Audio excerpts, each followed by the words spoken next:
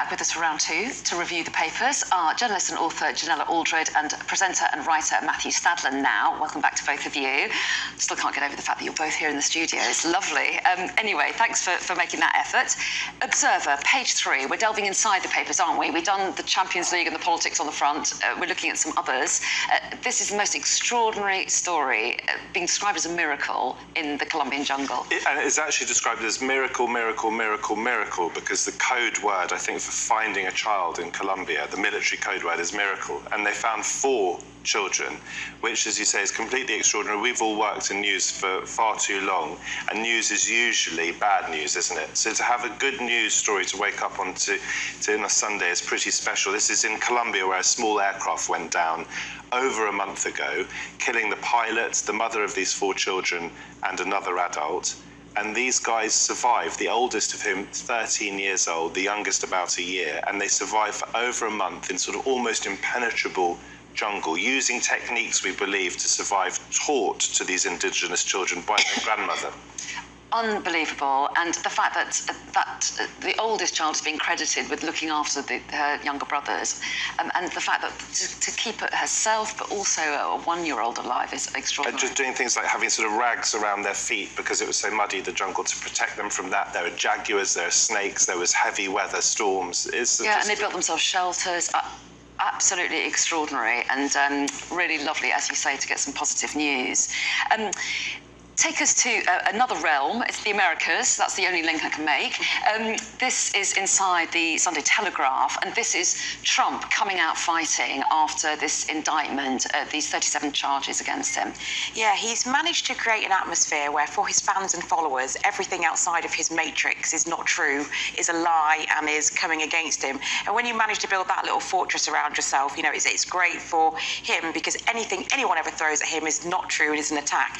So he's told his party officials, I've put everything on the line. I will never yield. I will never be detained. Well, that might be wishful thinking. And I will never stop fighting for you. So he's accusing Biden of trying to put him in jail so that he can win the election. But this is not just good for Biden. It's also good for the people running against him in the Republican primaries. So DeSantis and the others, they're also quite pleased that he's been given these indictments, because it gives them something to fight against him, which they wouldn't have against his very strong and patriotic and very I don't know if they're patriotic, but very strong base, passionate. It gives them something to fight against that in that race with him. And yeah, it'd be interesting to see whether it changes public opinion at all, because his supporters stand by him through thick and thin, don't they? And he is arguing that it's a political witch hunt. And he's always been trying to sort of reach over the heads of the so-called mainstream media. I mean, those of us who aren't on his social network, Truth Social, hear much less from him than we did when he was on Twitter. Just to say, the front pages, as we discovered last hour this morning on Sunday, are full of Boris Johnson, and I would argue, plenty of people would argue differently, that there are echoes in Boris Johnson's statement on Friday when he resigned as an MP, echoes of Trump talking about a kangaroo court undermining the democratic procedures of Parliament, playing to his base, and that's exactly what Trump's doing. That's when he was talking about the Privileges Committee report, which he's seen, and the reason why he stepped down, of course. But you want to talk about vaping next. This is in the Sunday Express, Matthew, isn't it? Child addicts leave exams for vape fix, and there are growing concerns about children and vaping, aren't there? Yeah, there are huge concerns. I mean, this article also says that children apparently are setting their alarms in the middle of the night so that they don't get withdrawal symptoms. I mean, vaping for adults seems to be, although we don't know the long-term effects, and I'm not a health expert, seems to be a good thing, because it really helps people get off the killers of the cigarettes. But for children, although the vaping industry will tell you differently, it seems that vapes are being targeted towards them with bubblegum flavours and so forth. So as the story suggests, students are actually leaving their exams early in order to get their fix. Something needs to happen to change this. I think that a serious grip needs to be got.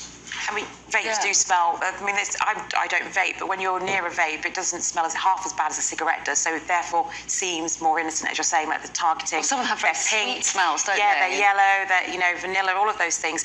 But I think the fact that you would have to set an alarm in an exam, or that you're setting an alarm in the night to have a smoke of something, suggests that it's probably something that needs to be knocked on the head. But surely under 18, you're not allowed to buy vapes. So someone is buying these underage people vapes too. And I think maybe that's something that needs needs to be cracked down a bit more on, like. Well, that's right, and there are underage. calls to try and change the marketing, which seems to be designed to target children, and some calling for bans on disposable vapes as well. I did talk to one teacher a few days ago who said that there are kids who daren't go into the loos at school because they're going to feel under pressure to vape, because that's where it's all happening. So there's lots of issues around it. Anyway, Matthew and Janella, we're out of time, but it's so lovely to see you this morning. Thanks so much for helping us through the papers. And plenty more coming up here on Sky News Breakfast. More on Man City's success.